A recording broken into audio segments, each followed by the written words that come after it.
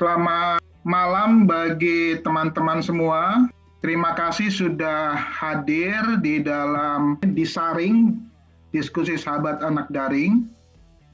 Ini yang kedua, narasumber yang akan berbicara pada malam hari ini adalah narasumber yang sudah sangat berpengalaman di dalam bidang anak dan kemudian saat ini sedang mengambil studi lanjut di London School of Hygiene and Tropical Medicine, King's College London, Ramadi Putra.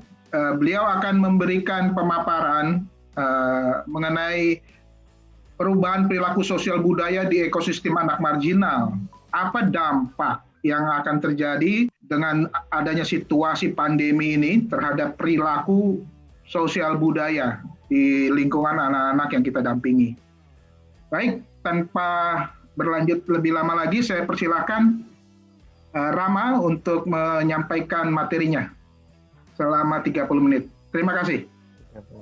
Ya, terima kasih Kak Luki. Selamat malam semuanya. Senang banget ketemu dengan teman-teman, terutama di situasi yang berbeda dari biasanya, di mana mungkin kita berhadapan sama situasi yang nggak menentu, pandemi, belum tahu juga kedepannya akan bagaimana, tanggapan pemerintah bagaimana, semua kondisi yang serba cepat, serba berubah.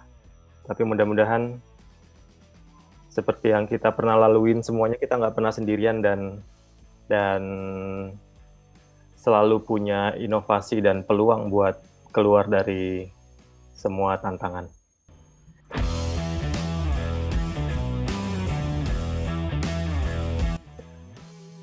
Tugas saya mengantarkan sebetulnya untuk teman-teman refleksi bersama kita semua sih tentang perubahan-perubahan sosial budaya di ekosistem anak marginal. Ini judul yang kompleks banget buat saya sendiri sih, untuk memahami pelan-pelan apa itu perubahan sosial, apa itu perubahan sosial budaya, lalu ekosistem anak dan ekosistem marginal. Perubahan itu punya dampak ke banyak hal, terutama anak-anak yang kita dampingi. Ini yang jadi persoalan. Tapi refleksinya seperti ini, kalau saya boleh refleksikan. Jangan sampai kita alpa bahwa anak marginal yang kita sering sebut itu adik-adik dampingan, tapi anak marginal seolah-olah kata yang biasa saja terucap, padahal kompleks sekali kalau kita refleksikan sama-sama, punya berlapis-lapis hambatan dalam meraih hak-hak dasarnya. Ada banyak lagi hak dasarnya, ada 10. Dan pandemi yang kali ini terasa sekali membuat banyak perubahan. Mungkin di satu sisi menguntungkan, di satu sisi merugikan. Satu aspek bisa kita lihat dari dua sisi.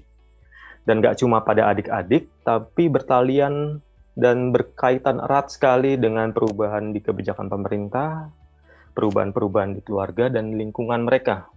Lingkungan dalam arti luas, termasuk volunteer, dan mungkin lingkungan virtual, seperti yang sedang kita lakukan saat ini. Ketemu di ruang yang berbeda, ruang virtual. Lah, terus kita kudu piye.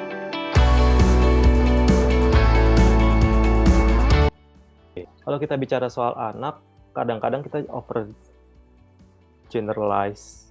Kita terlalu menganggap umum bahwa anak itu ya sudah di bawah 18 tahun. Padahal dari 0 sampai 18 tahun kita tahu itu adalah perkembangan tercepat manusia.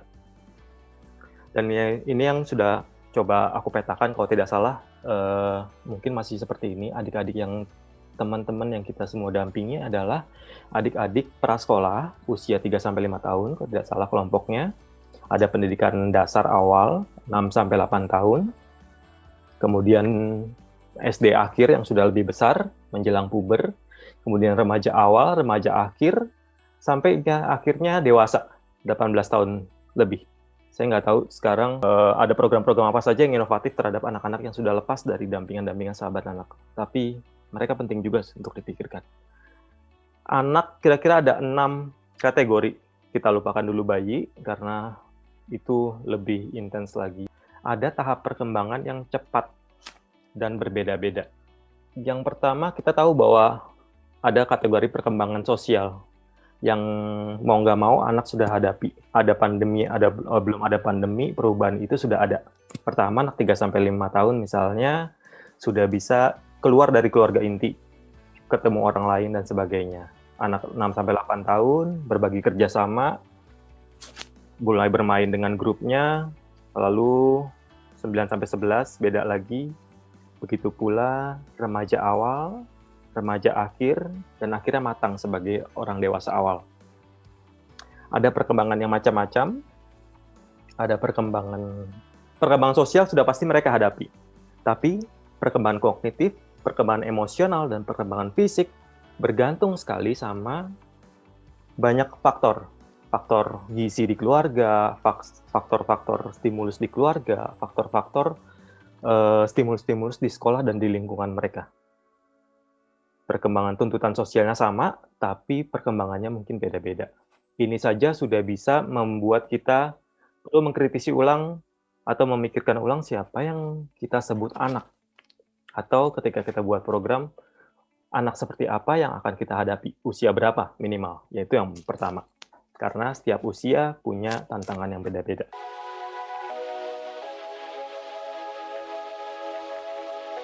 Tadi kalau soal anak, sekarang kita bicara tentang soal anak marginal. Anak marginal, ini fenomena gunung es, atasnya kelihatan sama, tapi bawahnya mungkin beda-beda. Itu dia anak marginal. Kita awal-awal sahabat anak mendefinisikan sebagai anak jalanan. Jelas sekali, di permukaan kelihatan anak yang ada di jalan, punya aktivitas di jalan, kita bisa kategorisasikan. Tinggal masalahnya berapa lama dia di jalan. Waktu itu seperti itu. Kemudian beralih ke anak miskin kota, anak marginal itu. Miskin, waduh, bicara soal miskin, nanti dulu. Ada mungkin lapis-lapisan. Tapi semuanya kelihatan. Anak yang miskin dan anak berada di jalan, semuanya berada kasat mata lah. Bisa terobservasi dengan baik. Tapi marginal, kalau menurut KBBI, ada di pinggiran atau di bawah atau di kondisi tidak menguntungkan. Kita perlu kritisi lebih lanjut. Jangan-jangan untuk memahami anak marginal ada lapisan-lapisan di dalam permukaan yang perlu kita ketahui. Oke, tadi anak berada di jalan tampak sekali di permukaan. Anak dieksploitasi mencari uang, anak yang ruang mainnya ada di jalan, emang setiap hari di situ, setiap sore bermainnya di situ. Atau anak yang memang tinggal di jalan dengan keluarganya, keluarga gerobak atau bahkan keluarga dia memang lepas dari orang tuanya dan punya kelompok yang tinggal di jalan. Itu yang kelihatan. Lalu dengan situasi miskin di kota, mudah juga terukur bahwa anak yang miskin adalah yang keluarganya punya penghasilan di bawah standar misalnya, atau tidak punya aset yang memadai untuk hidup dan berkembang. Tapi kalau kita bicara lagi, lapisan itu kita coba kuak lagi, jangan-jangan anak yang miskin, anak jalanan, juga punya kerentanan berlapis dan termarginalkan karena tidak terpenuhi haknya. Misalnya hak identitas, yang kita baru kampanyekan beberapa tahun terakhir, Bang Benny dan Bang Walter, saya tahu advokasikan ini dari segi kebijakan di daerah Jakarta maupun praktikal bagaimana cara mengurus akta kelahiran anak yang sudah besar misalnya. Itu hal yang kita sadari, semakin banyak kita belajar, semakin banyak kita merealisasi bahwa oh ternyata ada banyak lapisan-lapisan. Tanpa identitas, KK dan KTP. Kalau KK dan KTP belum ada, kalau nggak punya tempat tinggal, gimana yang menuliskan KK dan KTP? Oh, anak tanpa tempat tinggal juga salah satu kerentanan yang cukup dalam. Bagaimana dengan anak bermasalah dengan hukum? Anak cacat dan miskin juga.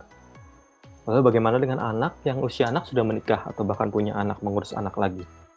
Anak yang dilacurkan, pecandu dokteran. Lapisan-lapisan itu ada banyak dan sangat mempengaruhi. Kalau kita mau memikirkan atau membayangkan perubahan sosial dan dampaknya, kita pertama mungkin harus merefleksikan lapisan-lapisan kerentanan ini. Apa yang membuat mereka di jalan, apa yang membuat mereka termarginalkan. Jangan-jangan jauh lebih kompleks dari yang kita bayangkan selama ini. Baik, sedikit tentang data. Misalnya, Ini kasus saja, area yang terlihat adalah anak di jalan. Di estimasi Dinsos tahun 2017 cuma 7.600 anak-anak. Tapi kalau kita lihat lapisan selanjutnya, anak yang di jalan itu adalah anak yang bekerja, maka jumlahnya menurut Susenas 2018, Susenas ini memotret tentang kondisi ekonomi dan sosial nasional. Saya potong di angka DKI saja di tahun 2018, ada 367.000 anak. Di dalamnya ada 22.500 yang bekerja. Di antara yang bekerja, kalau kita bicara, anak yang bekerja agar bisa makan, mungkin orang tuanya kecelakaan atau tidak bisa bekerja lagi. Maka kita bisa prediksi kalau anak yang merawat anggota keluarga yang cacat, itu ada 86 ribuan kakak. Kalau mereka memang ternyata akarnya adalah, kalau miskin kan bisa minta bantuan sosial atau bisa punya akses terhadap bantuan-bantuan tertentu. Kalau belum punya identitas Jakarta, jangan-jangan nggak bisa akses. Berapa yang belum punya? 78.000. Jauh lebih besar daripada estimasi yang terlihat bahwa anak ada di jalan, 7.600 saja. Ini yang mudah-mudahan bisa jadi salah satu contoh bahwa kasus-kasus kerentanan anak marginal jauh lebih besar angkanya, jauh lebih banyak jumlahnya daripada yang kita bayangkan.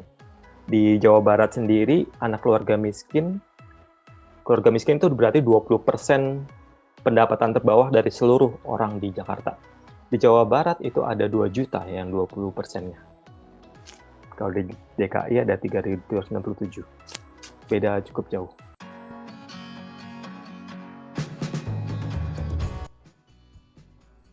Ada satu sisi tentang anak-anak, usia dan kerentanannya, sekarang tentang hak-hak dasar yang perlu mereka capai atau mereka gapai untuk dipenuhi.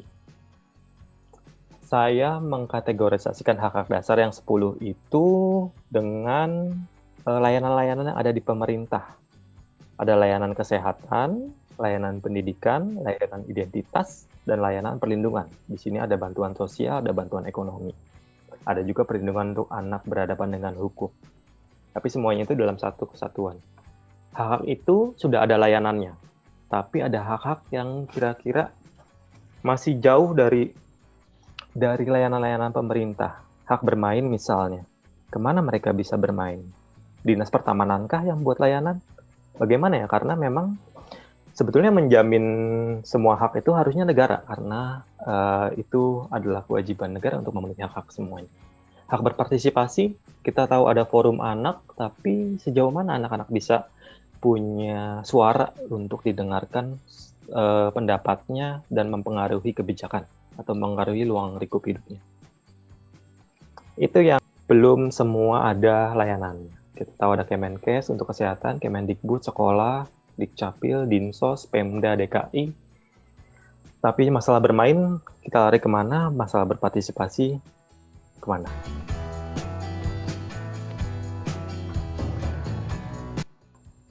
Udah ada 3 yang kita kritisi tadi.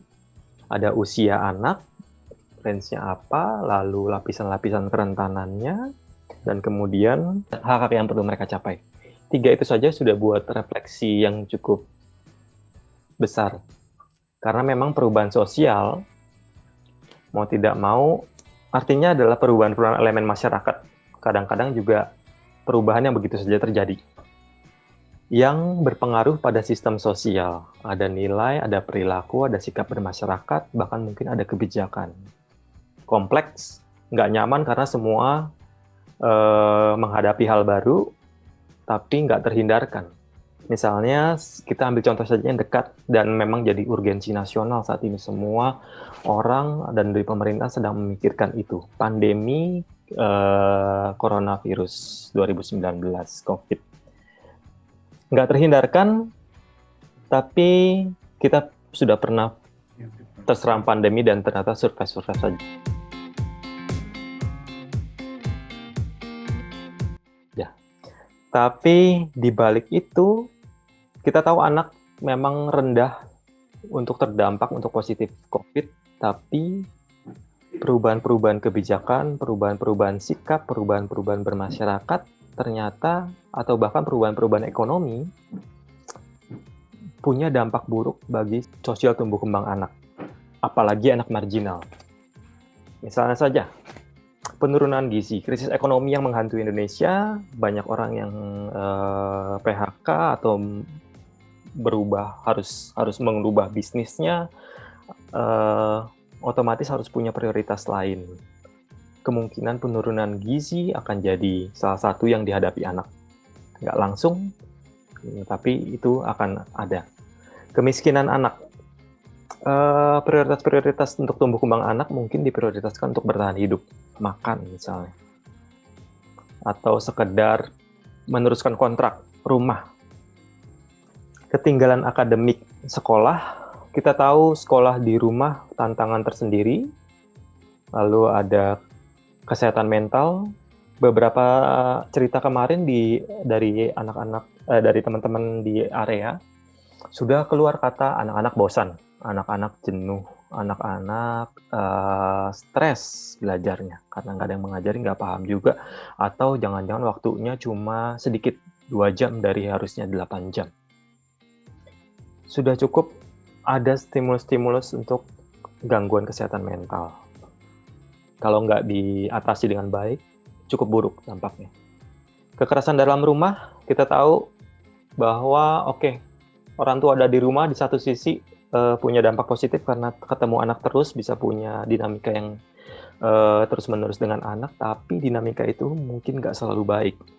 Dengan tekanan yang ada, kekerasan dalam rumah tangga jadi ancaman buat anak. Dan akhirnya pernikahan anak. Ini yang berkaitan dengan sekolah, daya untuk sekolah, dan daya untuk bekerja nanti.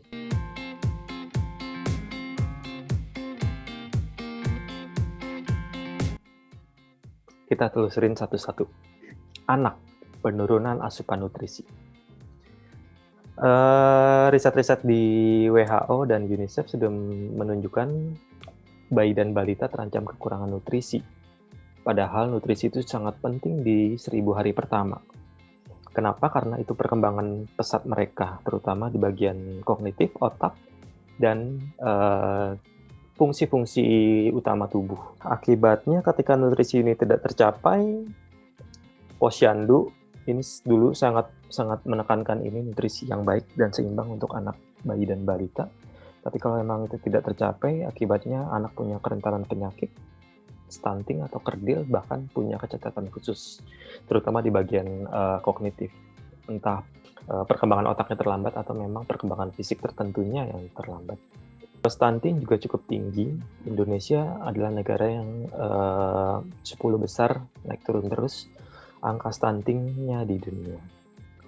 Kalau memang angkanya dari 2019 27,5%, masih ancaman stunting masih ada. Berarti artinya 1 dari 3 bayi di kelompok miskin, 40% terbawah, terancam menderita stunting karena kurang gizi. Pandemi dengan krisis ekonomi yang akan menghantui, membuat prioritas-prioritas asupan gizi perlu intervensi khusus. Itu perubahan yang ada di gizi. Perubahan yang ada, dampak perubahan sosial itu di pendidikan. Kita tahu pendidikan beralih sekali, yang tadinya tatap muka, dan memaksa untuk membuka sekolah, mau tidak mau akhirnya pemerintah menyerah dan merumahkan anak untuk belajar di rumah. Dan kita tahu tidak semua guru dan sekolah siap untuk punya kapasitas mengajar secara daring. Itu dari pengajarnya, belum dari anaknya. Anak-anak marginal, terutama anak miskin di sini, hanya 28% yang punya atau fasih terhadap akses internet atau teknologi untuk belajar daring. Mungkin internet paham sebatas sosial media, tapi bagaimana membuka akses pembelajaran, Zoom, PR, submit, dokumen, hal-hal yang perlu jembatani, tapi belum pernah dengar saya sekolah ada yang melatihkan itu. Penelitian di Semeru, salah satu lembaga pusat penelitian yang konsen terhadap pendidikan dan guru dan kapasitas guru, sudah menunjukkan adanya ketimpangan pembelajaran daring terutama di anak miskin. Karena memang akses internet dan kapasitas mereka untuk memahami teknologinya. Di samping itu, orang tua juga belum tentu bisa mengajarkan di rumah. Belajar tanpa tatap muka juga bikin stres. Dan itu mengancam gangguan kesehatan mental seperti cemas, depresi, stres akut, ditambah dengan semua tekanan. Dua itu mungkin yang paling kelihatan dampaknya di bidang pendidikan atau pembelajaran daring pada khususnya. Anak di rumah juga rentan terhadap kekerasan di dalam rumah tangga. Baru ada catatan tahunan dari Komnas Perempuan yang nggak terlalu bagus angkanya karena kekerasan dan pernikahan anak semakin meningkat. Tapi itu yang dihadapi ketika orang tua punya tekanan dan terus-menerus dihadapan atau nggak cuma orang tua, tapi juga kita tahu bahwa anak-anak juga mungkin tinggal bersama keluarga besar atau lainnya, atau teman-teman dekat orang tuanya, sehingga ancaman-ancaman kekerasan dalam rumah tangga, termasuk kekerasan seksual, juga meningkat. Dan seperti kasus-kasus rumah tangga pada umumnya, sulit sekali diawasi dan diintervensi sejak dini. Anak juga dieksploitasi atau menjadi bagian keluarga yang harus membantu nafkah, entah turun ke jalan normal ketika jam sekolah semakin sedikit, artinya semakin banyak kemungkinan waktu luang, dan waktu luang adalah uang. Jadi tidak menutup kemungkinan mereka punya lebih banyak waktu untuk kerja atau berada di jalan selain di rumah saja. Terutama karena memang PHK, krisis ekonomi, dan mungkin juga peningkatan harga mengancam sebagai dampak dari krisis ekonomi. Solusinya kadang-kadang cukup simpel di beberapa keluarga. Menikahkan anak masih jadi solusi, dan ancaman untuk lepas dari beban ekonomi anak. Menikahkan anak dianggap solusi sebagai anak ketika anak dianggap sebagai beban ekonomi.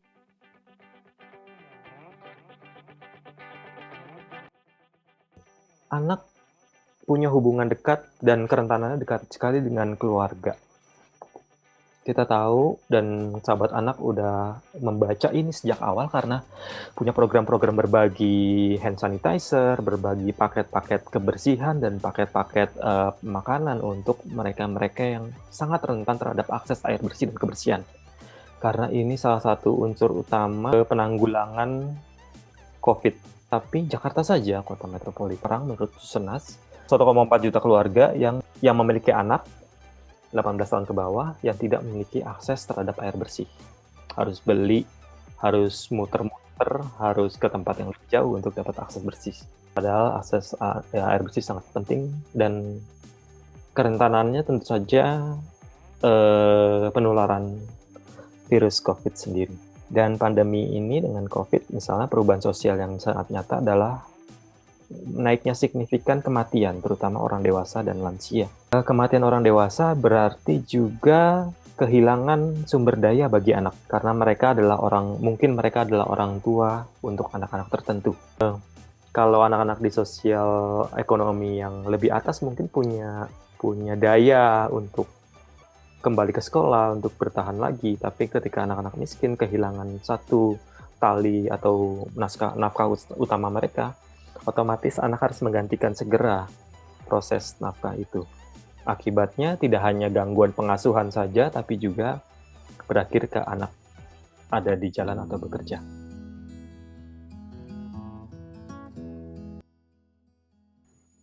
Perubahan sosial dampaknya pasti terasa di kebijakan pemerintah.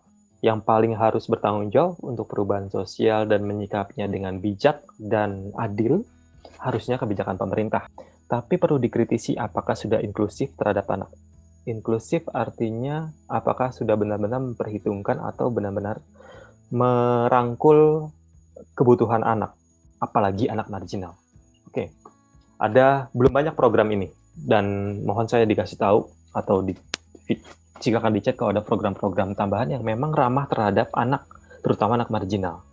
Protokol kesehatan keluarga yang di rumah saja belum tentu akrab terhadap anak marginal belum punya rumah. Protokol kesehatan dari Satuan Tugas Penanganan, track and tracing, belum tentu ramah terhadap anak yang tidak punya tempat tinggal atau tidak punya ruangan isolasi di rumahnya. Tapi juga ada program-program yang cukup baik. Pendidikan coba diarahkan ke media yang lebih ramah anak, televisi. Tapi siapa yang nonton? Tapi ada program-program itu termasuk YouTube channel Kartu Prakerja yang menyasar skill edukasi skill tertentu untuk mengajar, dan harusnya cukup ramah anak karena tinggal punya kuota. Tapi punya kuota jangan-jangan juga beban. Tapi ada kuota gratis dari pemerintah, tenang saja. Tapi gimana aksesnya NIK? Bagaimana dengan anak yang belum punya akta kelahiran atau belum punya akta keluarga? Cari NIK-nya. Apakah kalau punya NIK bisa dapat kuotanya? Belum tentu. Karena kuota bergantung sama SIM card tertentu mungkin, dan portal-portal besar ini menyedot kuota yang cukup banyak. Dan kuotanya terbatas, bukan tak terbatas. Yang perlu dipertimbangkan adalah yaitu ruang amannya, bagaimana agar keluarga tetap bisa tinggal di rumah, bagaimana agar semua punya teknologi dan sumber daya yang sama, terutama akses internet yang adil dan merata, dan bagaimana supaya anak-anak, terutama yang marginal dan tidak terbiasa, punya familiar terhadap teknologi digital atau platform-platform atau fitur-fitur digital. Saya aja bikin background Zoom aja nggak bisa karena laptopnya kurang mampu untuk membuat itu. Minimal prosesornya i3. Saya di bawah itu.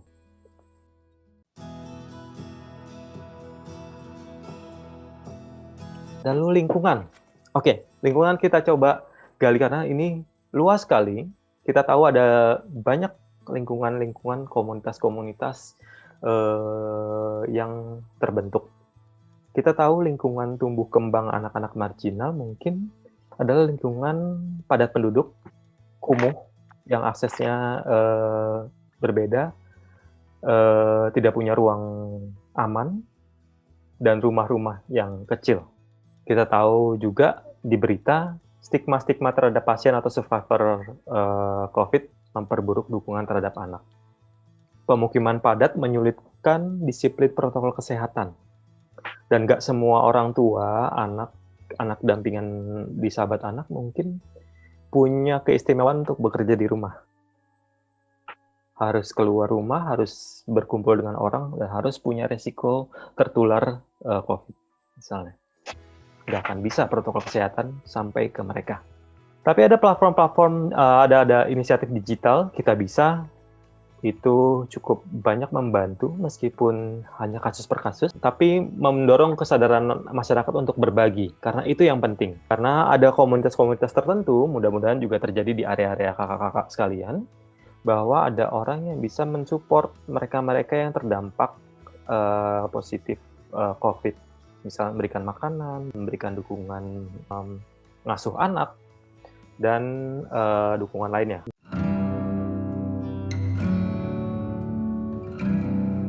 Ini yang mau kita coba kritisi, nanti mungkin jalan diskusi juga. Apa yang harus kita lakukan sebagai volunteer? Nanti dulu, itu diskusi nanti saja, tapi saya mau highlight, ini yang sudah kakak-kakak tabur di Sahabat Anak.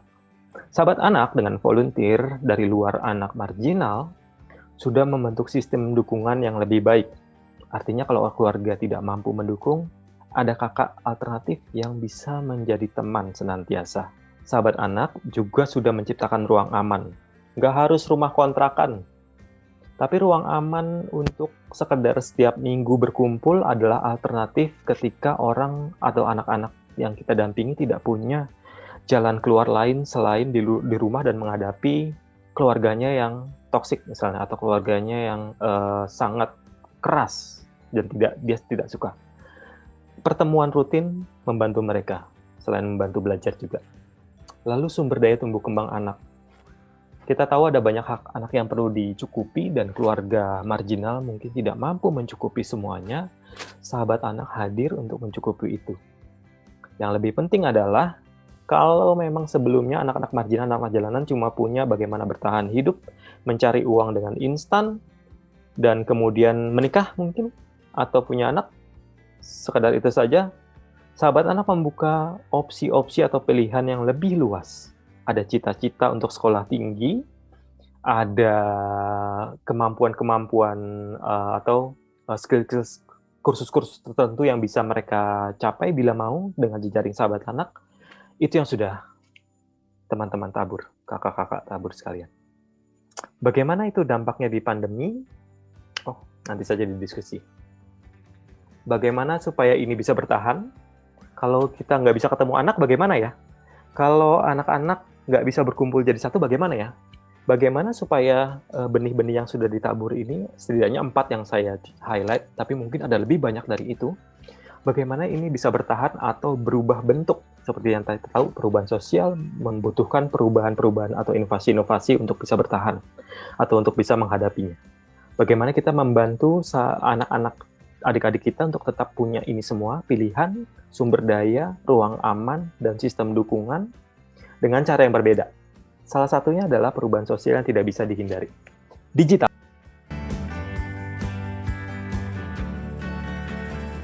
Ini juga yang jadi pengantar rencana strategi Sahabat Anak, bagaimana memanfaatkan digital. Kita tahu bahwa semua sudah familiar terhadap internet dan teknologi, terutama handphone atau website saat ini.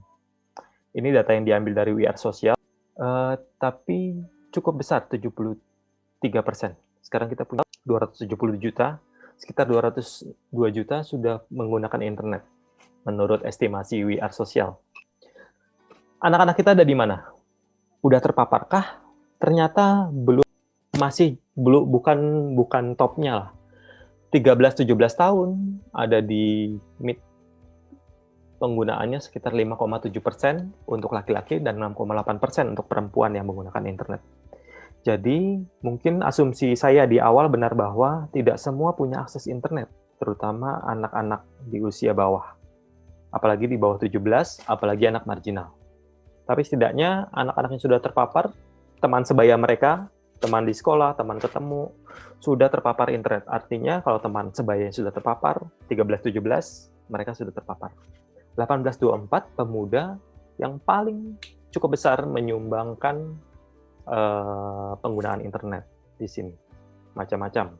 Ada games, ada surfing, sosial media paling banyak, dan 15 cukup banyak. Laki-laki lebih banyak.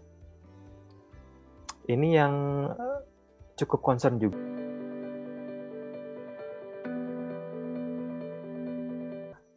Ini dia. Teknologi informasi punya plus minus. Jangan-jangan dengan teknologi informasi kita bisa punya peluang menciptakan ruang aman virtual. Seperti yang sudah diceritakan teman-teman kakak, aku lupa ada Bojong apa mana ya, punya WhatsApp group untuk menyapa adik-adik. Jangan-jangan itu satu bentuk ruang virtual yang bisa didesain untuk mereka berbagi suka duka, berbagi cerita. Tapi nggak cuma itu, kita bisa manfaatkan untuk interaksi dan dukungan yang lebih adil. Kalau kita ketemu dengan adik dan memilih untuk bercerita dengan 1 dan 2 orang, mungkin kelihatan dan membuat kecemburuan. Karena anak-anak di usia mereka, terutama remaja, sangat bergantung sama perspektif kelompok. Tapi dengan WhatsApp group, mudah-mudahan kita bisa lebih adil, interaksi dan dukungan dapat dikirimkan cepat, simultan, dan merata. Juga bisa merekam data.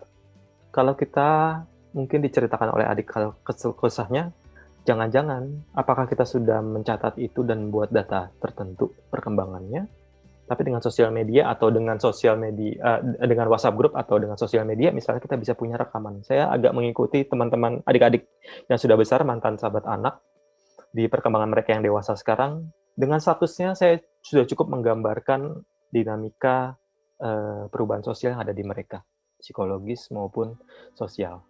Teknologi juga jadi sarana hiburan dan nggak perlu berkomunikasi langsung untuk bertemu langsung untuk berkomunikasi pas dengan protokol kesehatan. Hambatannya, jangan-jangan kita susah menyeleksi informasi. Kalau kemarin di presentasi kita cukup disadarkan kembali bahwa ada banyak-banyak bahaya, terutama bahaya pornografi atau isu-isu yang sensitif untuk anak yang memang belum memahami atau perlu didampingi untuk melihat itu.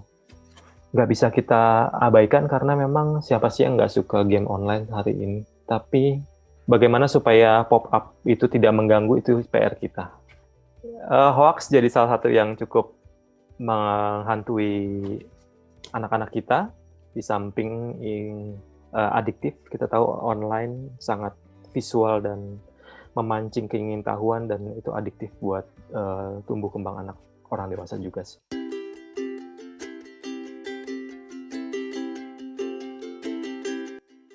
Lalu kita kudu piye. Ini saya sosok pemerintah gitu, piye itu disingkat jadi partisipatif, investasi, data, eksplorasi. Partisipatif. Apakah pandemi ini adalah saatnya adik-adik untuk mulai dilatih untuk menjadi agen perubahan secara mandiri? Kalau sejak dulu investasi kita adalah volunteer menjadi ujung tombak pelayanan sahabat anak, jangan-jangan kita harus sudah mulai mendelegasikan peran-peran volunteer ke anak-anak yang lebih dekat dengan tempat tinggalnya. Apakah kita perlu merekrut orang-orang atau keluarga atau orang dewasa baru untuk menjadi kakak-kakak baru yang lebih dekat, di samping volunteer yang tinggalnya berjauhan? Jangan-jangan pandemi kesempatan untuk memikirkan itu. Investasi kita pada anak seberapa jauh sih? Apakah adik-adik yang sudah menjelang dewasa tetap kita bisa libatkan, orang lokal yang mau peduli, jejaring layanan pemerintah sudah kita pikirkan? Apa jangan-jangan setiap ada keluhan ketangkep polisi atau akta kelahiran yang belum jadi, langsung hubungi Bang Walter? Jangan-jangan kita bisa buat jejaring sendiri dan mekanisme sendiri, kemudian itu menjadi mekanisme yang dibagikan ke setiap area dan semuanya tahu, tanpa perlu bergantung sama satu orang, karena layanan pemerintahnya sama. Lalu, data.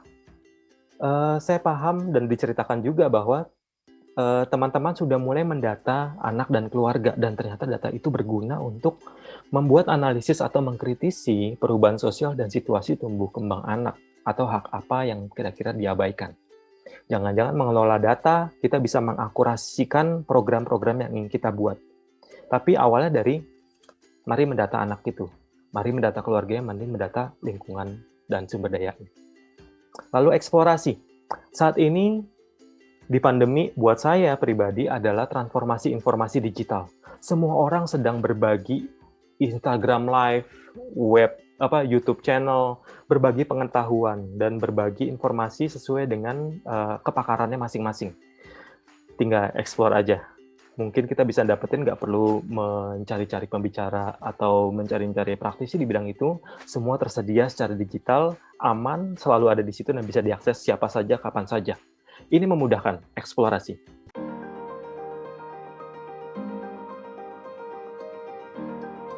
Maaf, sekedar mengingatkan.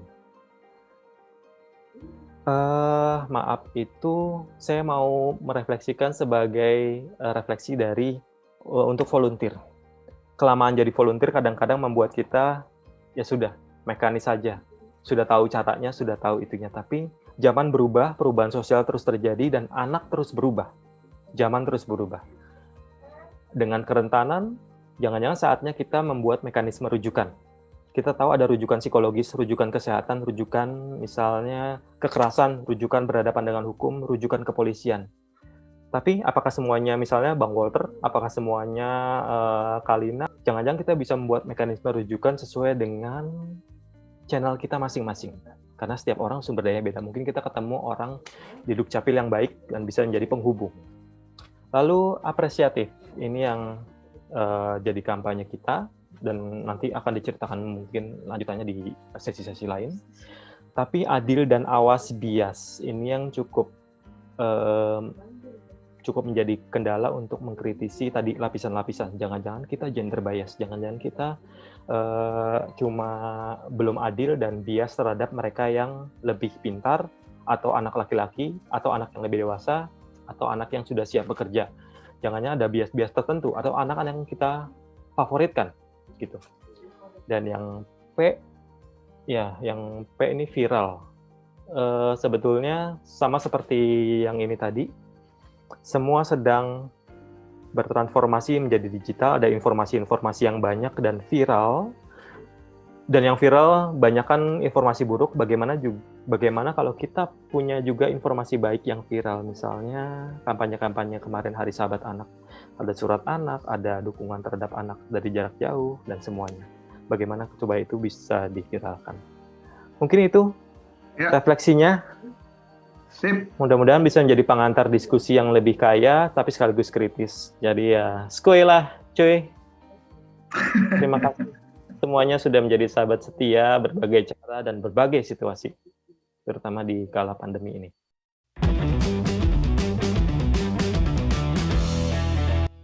Baik, tadi saya udah identifikasi beberapa hal ya, teman-teman semua. Betapa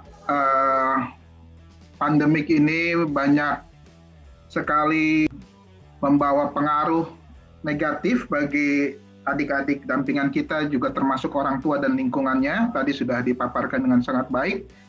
Tapi juga di akhir presentasi dari Rama diungkapkan begitu banyak peluang dan potensi yang bisa kita ambil melihat dengan adanya situasi seperti ini. Jadi tetap ada peluang, tetap ada opportunity, kesempatan yang bisa kita manfaatkan. Terima kasih Rama, kita berikan applause teman-teman semua untuk pemaparan yang sangat luar biasa dari pakar anak kita.